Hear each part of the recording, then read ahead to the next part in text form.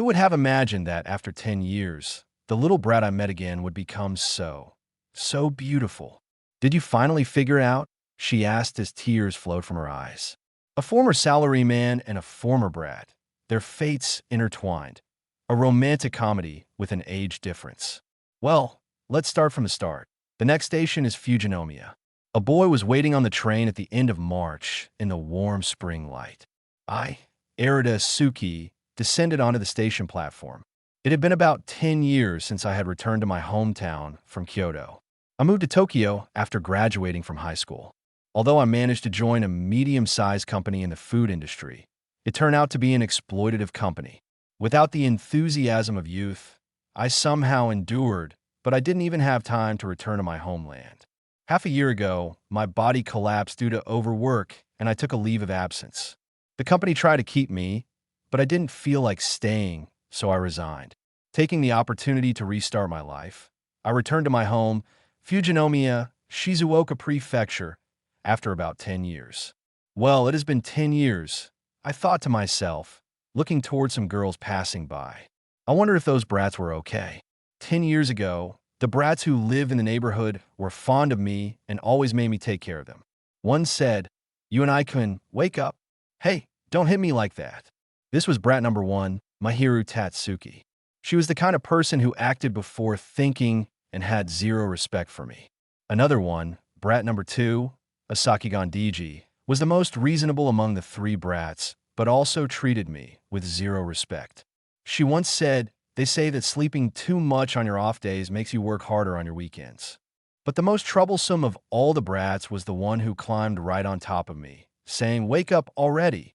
This was Mia Hariyama, the sassiest brat who lived next door. Of course, she despised me too, or so the main character, thought. Anyway, that was my past, playing around with those children. Wow, on such a beautiful Sunday, when I think back to my life with spirited youth, I can't help but remember those brats. They made me go shopping with them. We also went to the swimming pool, and I almost got in trouble with the police because of them. In the end, I realized they caused me more trouble than I thought. But now, come to think of it, they're nostalgic memories. By the time I realized it, it was becoming too late. I had to leave quickly. As I looked toward somewhere. Come to think of it, was that the shortcut I remembered? I noticed a girl getting cornered. A man said, "Is it okay if we play a little?" But the girl replied, "Please stop." All right. The man said as he came closer. I turned on my camera. "Don't worry. It's a really fun place," I said, pretending to call the police, or at least making it look like I was complaining about the man. The man pushed me out of the way and took off. I thought to myself, it was an impromptu ritual performance, but I'm glad it worked. "Are you all right?" I asked. "Yes, you saved me." "Thank you very much," she replied. She was a breathtaking beauty. That's what I'd say about her. I could see why anyone would want to get involved with her. But then I thought, having contact with a high school stranger could lead to social death. "It seems like it's all good, so I'll be going," I said. The girl tried to stop me, but then she looked toward a wallet on the ground and picked it up. I thought about how I'd done a good thing. Even so, she was still incredibly beautiful.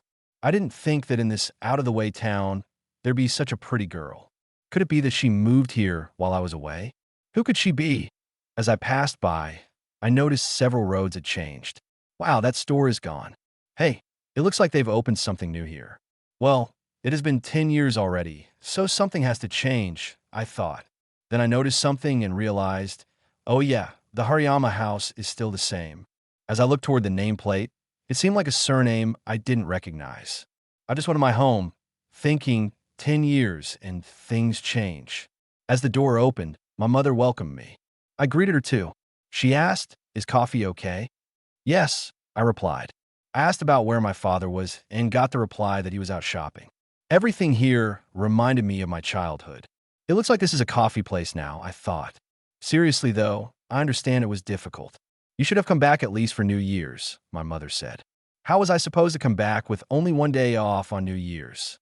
"I was at a company with horrible conditions," I replied. Yeah, black coffee, right?" she asked. "Of course." We thanked each other. "Now you're going to stay here, right?" "What are you going to do about work?" she asked. "Well, I don't know just yet," I said.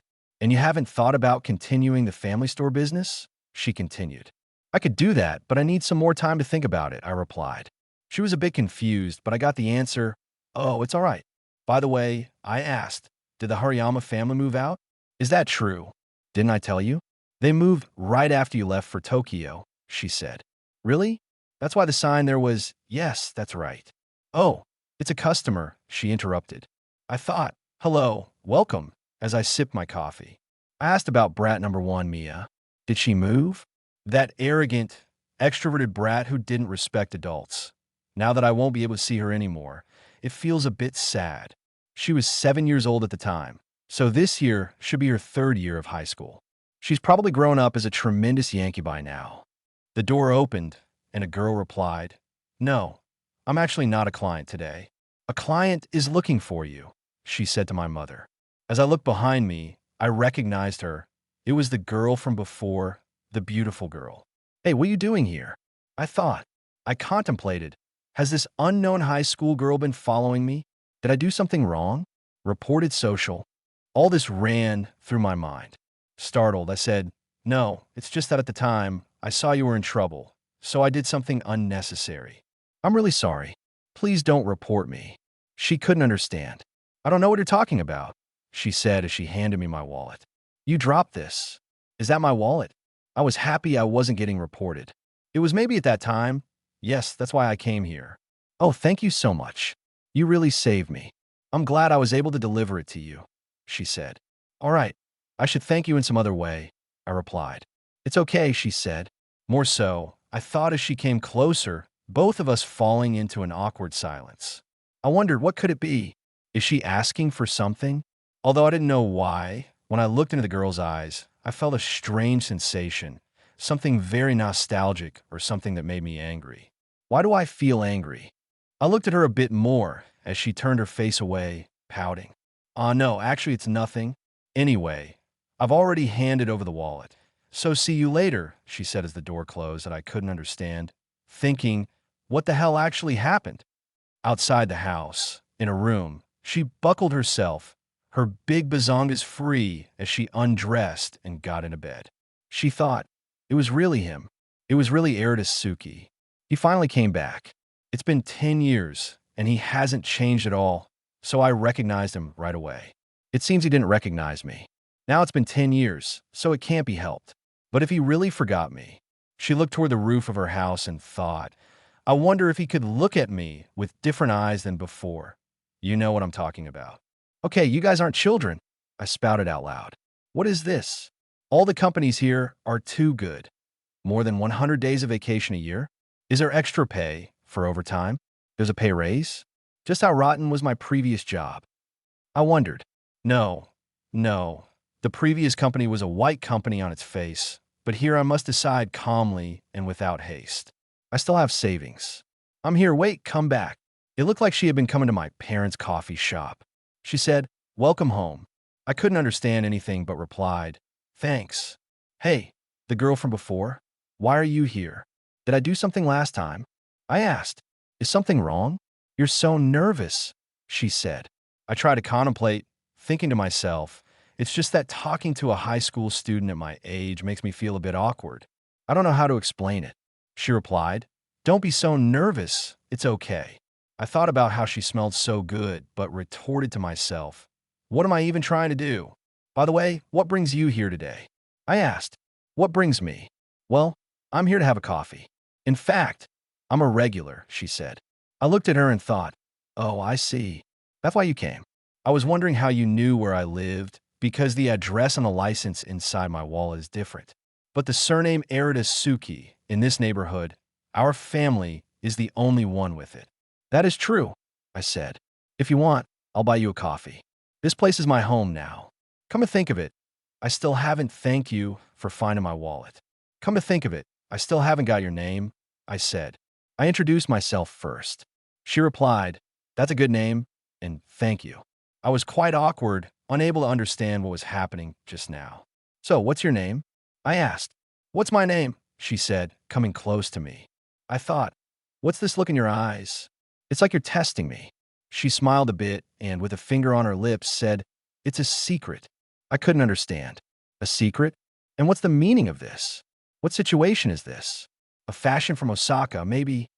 Then she said, I'll call you Yusan. I'll call you that. Do you want to play with me? Play. I asked. Yes, it's a very easy game.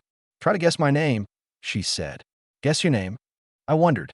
Yes, if you guess it, I'll listen to one thing you say. Anything, whatever it may be. It looked like things were moving quite well.